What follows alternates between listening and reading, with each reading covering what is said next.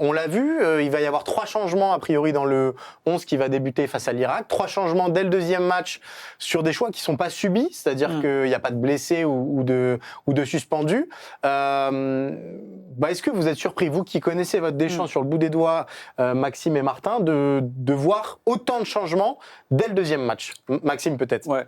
Alors moi, en fait, c'est marrant parce que je me suis replongé dans tout ça. Je me suis rappelé de l'Euro 2016 avec Griezmann, avec Pogba, l'Albanie, etc. Le Pérou 2018.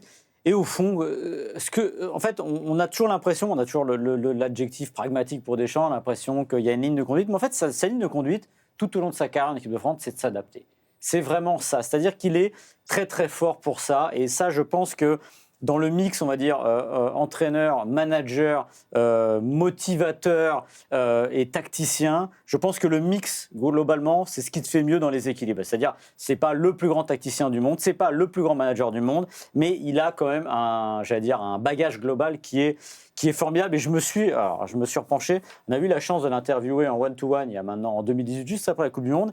Et c'est ce qu'il expliquait, et j'ai retrouvé une petite déclat qui m'a rappelé les souvenirs. Il dit un sélectionneur doit s'adapter aux joueurs qu'il a pour les mettre dans les meilleures conditions, et ceci dans un cadre collectif. Et il nous disait qu'il aimait entrer dans la tête des joueurs, et son travail, c'est la relation de confiance, etc. Et c'est drôle parce que, alors je l'ai lu chez nos confrères de l'équipe, pour le coup, qu'apparemment, il mène beaucoup d'entretiens individuels depuis le début de cette Coupe du Monde. Et typiquement, c'est quelque chose, alors on va dire, il fait toujours un peu ça, oui, non, sauf que là, on a l'impression que c'est un peu plus poussé. Et si, Martin s'en rappellera évidemment aussi bien que moi, en 2018, au moment où ça bascule contre l'Argentine, et ben là, c'est un tout autre Deschamps avec Guy Stéphane, parce qu'il y a les fameuses réunions d'avant-match qui durent 20 minutes avec juste les titulaires. Donc là, techniquement, il sépare son groupe en deux. Ouais. Et c'est intéressant parce que justement, j'ai l'impression que c'est ce qu'il disait aussi à l'époque avec son fils. Il disait, moi, les jeunes, je ne les connais pas bien, ce n'est pas les mêmes codes, mais mon fils m'aide à m'adapter à eux. Mais en fait, j'ai l'impression que c'est pas une prise d'adaptateur Deschamps, mais c'est ça. C'est qu'il sait scanner un groupe, il sait scanner des individus. Et c'est ça qui est assez formidable. C'est-à-dire qu'on a l'impression que sa ligne de conduite, c'est de savoir s'adapter, tout simplement. Moi, j'aimerais insister sur autre chose. Je souscris vraiment à tout ce qu'a dit Maxime. J'aimerais insister sur autre chose. Il a beau nous dire ici que ce qu'il veut, c'est se qualifier, c'est gagner demain. C'est qu'aussi, il laisse absolument rien au hasard. Et je pense que le plus surprenant dans la Coupe de demain, c'est qu'il laisse Tchouaméni au frigo. Tchouaméni, demain, c'est son vice-capitaine, c'est le patron du milieu de terrain. Il ne va pas jouer le deuxième match alors que la France n'est pas qualifiée. Pourquoi il ne joue pas ce deuxième match, Aurélien Tchouaméni? Peut-être et sans doute parce qu'il y a un match en plus. Parce qu'il sait que aussi le match face à la Norvège sera capital. Qu'il faudra terminer premier de groupe. Parce que si tu termines premier de groupe, tu restes ici, Philadelphie, Boston, New York, jusqu'en demi-finale. Tu fais pas de trajet. Tu vas pas à Miami, tu vas pas à Dallas, parce que si tu termines deuxième, tu te fais Dallas, Miami. Tu fais des grands voyages en avion. Et ton camp de base, il faut réfléchir peut-être à l'adapter. Deschamps, pour aller au bout, il ne laisse rien au hasard. Et c'est Philippe Tournon, son attaché de presse, qui nous disait, il y a un mot qu'il déteste, Deschamps, c'est détail. Parce que pour lui, il n'y a pas de détail. Et la mise au frigo de Tchouaméni, ça veut nous dire que face à la Norvège, il aura besoin de Tchouaméni. Parce qu'il ne pourra pas faire comme à la Coupe du Monde 2022, où face à la Tunisie, il avait fait lifting complet de toute l'équipe. Voilà, caricatural, derrière tu perds. Ça te permet d'un foisonnement de maintenir tout le monde. Sauf que si tu fais ça face à la Norvège, tu as une chance de terminer deuxième. Donc tu as une chance de faire plus d'avions. Donc tu as une chance de t'épuiser. Donc tu as une chance En fait, dans cette maîtrise des dominos, il est absolument parfait. Et pour moi, ça, c'est quelque chose qui est fondamental si on veut comprendre Didier Deschamps, et notamment demain face à l'Irak. Moi, ce que j'aime beaucoup, vous avez expliqué comment il gérait son groupe et tout. Moi, je trouve qu'il s'adapte énormément aussi au format de cette compétition, qui est quand même quelque chose de nouveau. Il s'adapte au format et à l'adversaire. C'est-à-dire que si on avait joué la Norvège en 2, je pense qu'on n'aurait pas eu ce 11-là. Enfin, on est à peu près tous d'accord pour se dire ça. Donc, il a compris que c'était une Coupe du Monde différente. Et au lieu de rester dans des vieux chaussons confortables où il se dit, bon, comme d'hab, je vais prendre les 6 points et la troisième équipe, le troisième match, un peu faire jouer tout le monde, quitte à verser dans la caricature, il a pris le taureau par les cornes et il a décidé, parce que mine de rien, moi j'ai été surpris de voir 3 changements dans son équipe, même si c'est l'Irak. Vous voyez comment l'Espagne, l'Allemagne, un temps face à Curaçao, j'aime pas le poncif, il y a plus de petites équipes, mais mine de rien, il y a des équipes qui se défendent de mieux en mieux, en tout cas. Moi, j'aime beaucoup ce qu'il dégage et ce qu'il diffuse jusqu'à présent dans son management et dans les choix qui sont les siens. Donc voilà, alors... On verra où ça les mènera, parce que en l'état, comme on le disait, peut-être que Dembélé peut devenir un nuage encore un peu plus insistant si ça se passe mal face à l'Irak, mais la prise en compte du nouveau format de la compétition souligne encore la préparation de Deschamps à celle-ci, quoi. Et il y a autre chose aussi, c'est qu'il n'y a pas d'espace, il n'y a pas 1 millimètre d'espace entre Deschamps et ses joueurs. Et c'est ça sa plus grande force. Ouais. C'est-à-dire que parmi ces joueurs-là, Didier Deschamps, entraîneur, je suis pas sûr que ça évoque grand-chose. Ils ont peut-être vu des photos de Deschamps avec la Coupe du Monde.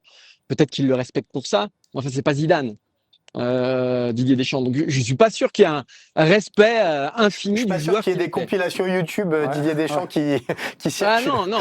En revanche, comme manager, il le respecte à un point. Et puis, il sait trouver exactement la distance qu'il faut avec ses joueurs. Exactement. À la fois, Warren Zaïre-Emery, il arrive pour la première fois à Clairefontaine et Didier Deschamps lui dit « T'arrives en pyjama ou quoi ?» Il le fracasse. Pourquoi il le fracasse ? Exactement. Parce que quelque part, il brise la distance entre le sélectionneur et le petit jeune qui vient d'arriver, qui peut être dans ses chaussons. Il sait que cette génération se vanne tout le temps et que ça peut le mettre à l'aise. Donc, quelque part, il le bisute, mais de façon, vous voyez ce que je veux dire, que le sélectionneur fasse ça, je trouve que c'est malin. Et après, par contre, il sait mettre une distance absolue quand le cadre l'exige. Et ça, jouer sur ces deux tableaux-là, être à la fois le grand frère, le manager, l'entraîneur, Dembélé, il accepte sans problème d'être à droite quand Deschamps lui dit d'être à droite. Les mecs ne bronchent jamais. On parle d'un vestiaire qui a parmi les plus gros égos du monde. Et je ne parle pas que de ceux-là. Hein. Je te parle de Pogba, je te parle de Benzema, je te parle de Griezmann, même si c'est un joueur, mais bon, bref. Je te parle de toutes ces stars-là. Certaines des plus grosses stars du XXIe siècle étaient françaises. Elles sont toutes passées par le vestiaire de Didier Deschamps. Il y a eu combien de problèmes ? Il y a eu zéro problème. Donc, quelque part, ça dit, pour moi, ça, c'est sa grande œuvre. C'est-à-dire que, quelles que soient les générations, quels que soient les statuts, Digne, il joue pas, il n'est pas appelé, il revient, il n'y a pas de problème. Tu joues demain, il n'y a pas de problème. Pourtant, il s'est fait avoir un paquet de fois, Digne. Hein. Mais il n'y a pas de souci avec Didier Deschamps et je trouve que c'est un Payet aussi qu'il a mis sur la touche, qu'il a remis. Enfin, voilà, je trouve qu'en ça, c'est un exemple absolu et je ne parle pas que de la sélection française, je te parle de tous les sélectionneurs, même de tous les managers, tous les entraîneurs du monde.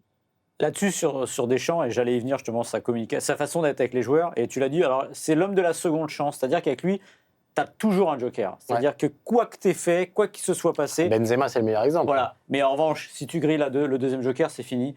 Tu as dit Nasri, Payet, etc. Rabiot. Benzema, Rabiot, voilà. Tu as toujours le droit, et on pourrait faire un top 10 des mecs qu'on un peu merdé, où il y a eu un problème, qui l'a rappelé. Et tu l'as dit, et ce que tu dis avec les joueurs est très vrai, et c'est très vrai avec les journalistes aussi. Moi, alors là, pour le coup, les rares fois, on a fait des one-to-one avec lui, il est très vite taquin, il est très vite chambreur. Ouais. Mais il se permet ça parce qu'en fait, faut se rappeler, Didier Deschamps, c'est un gars qui commence le foot à 11-12 ans, qui se retrouve à Nantes à 15 ans, et qui, dès la première année, est capitaine. Et ça, c'est pas dans les manuels, ça. Simplement, il a quelque chose, un sens de la responsabilité, une forme d'autorité qui fait que très vite, tu lui files le brassard, tu lui files des responsabilités. À Marseille, il est capitaine très vite. Il est capitaine quand ils sont champions d'Europe. Quand Jacquet doit choisir, il tourne, mais il arrive sur Deschamps. Tout le monde arrive sur Deschamps à un moment, donc c'est plus un hasard. Et en parallèle, il a ce côté taquin, un peu chambreur, avec son copain de Sailly, etc. Et avec ses joueurs aussi. Donc ça, c'est... Mais en même temps, c'est pas un truc qu'il a appris, c'est juste qu'il est comme ça, il a cette chance de dégager ça, et il sait très bien le faire, et encore une fois, il te fait comprendre que, ok, t'as fait une connerie, donc évite d'en faire une deuxième, tu vas revenir, en revanche, s'il y a une deuxième connerie, c'est terminé, et ça, la liste, elle est non pas longue comme le bras, elle existe. Il a vraiment cet équilibre idéal entre forme de paternalisme et autorité, et je rajoute un truc, tu disais qu'il n'y a pas de... Martin, qu'il n'y a pas d'écart entre ses joueurs et lui. Et c'est vrai aussi avec son staff. Et ça, c'est important. Exactement ce que j'allais dire. Guy Stéphane, moi, je me souviens, Guy Stéphane qui m'a dit, il n'y a pas l'épaisseur d'une feuille de cigarette entre nous deux. Il dit, moi, Didier me demande mon avis, je lui donne, mais c'est Didier qui tranche. Et à partir du moment où il a tranché, même si je ne suis pas d'accord avec lui, c'est terminé, c'est lui le boss, c'est lui qui a raison. Donc ça aussi, c'est Et il y a un exemple hier, il y a un exemple hier à l'entraînement où il y avait un jeu de passe, fallait aller faire diagonale et tout, et les frères Hernandez, ils comprenaient rien, ils étaient perdus. Et ben Deschamps, il les a un peu houspillés, et puis à un moment, il les a chambrés, il leur a dit les consignes en espagnol pour un peu se foutre d'eux, tu vois. En leur disant bon, ça va rentrer dans ta cabeza, machin, mais c'était toujours. En fait, il y a toujours une forme à la fois de tendresse et de quand même. Bon là, quand même, commence à comprendre parce que tu commences un peu à me courir sur, voilà, à me courir sur le haricot. Le haricot. Il y a toujours ce truc-là. Il y a toujours ce truc-là de Didier Deschamps qui fait que ça passe toujours bien. Et les joueurs, jamais. Il a pourri Thuram la semaine dernière sur une opposition, mais voilà. Thuram, il bronche pas. Personne ne bronche en fait. Personne ne bronche. Et ça, c'est d'avoir gagné ça. Bon courage à celui qui lui succédera. C'est un peu le même management que j'utilise avec toi, Martin, tu vois. La caresse et la petite tape. Moi, j'ai que les des petites tapes. Ouais, j'ai que des tapes. Il y a Alex qui nous dit zéro problème, on en parle de Benzema. Oui, mais Alex, justement, Benzema, c'est un très bon exemple parce que souvenez-vous quand même, au moment où il y a l'affaire Valbuena, il continue de le soutenir. Je me souviens d'une interview à l'équipe. Tous les autres pays du monde aimeraient l'avoir, Benzema, et il le soutient autant que c'est possible. C'est-à-dire qu'à un moment, la décision s'impose à lui, et bon, il est obligé de. Mais Benzema. Je pense que c'est finalement le meilleur symbole de cette gestion de Deschamps qui ne ferme la porte jamais à personne. Didier Deschamps, il a été heurté, profondément meurtri des conséquences de l'affaire Benzema, notamment pour sa famille, sa maison qui a été taguée et tout. Ça l'a pas empêché en 2021 de reprendre son téléphone pour appeler Benzema. Ça s'est terminé en 2022 dans des conditions qui laissent une amertume certaine à toutes les parties. Et ça s'est pas bien terminé. Donc effectivement, mais malgré tout, Benzema prouve que Didier Deschamps n'est jamais buté, quoi. Clash Clan qui nous parle de Valbuena, et là oui, j'avoue que c'est ça. Pour moi, c'est la tâche en fait de l'ère Deschamps, c'est-à-dire que Valbuena s'est fait sortir de l'équipe de France injustement. On l'a pas revu après l'histoire de la sextape. Et c'est vrai que pour le coup, ça, c'est dur, mais c'est aussi le côté réel politique de Deschamps. À un moment, les autres avaient pris la place, les Payet et compagnie.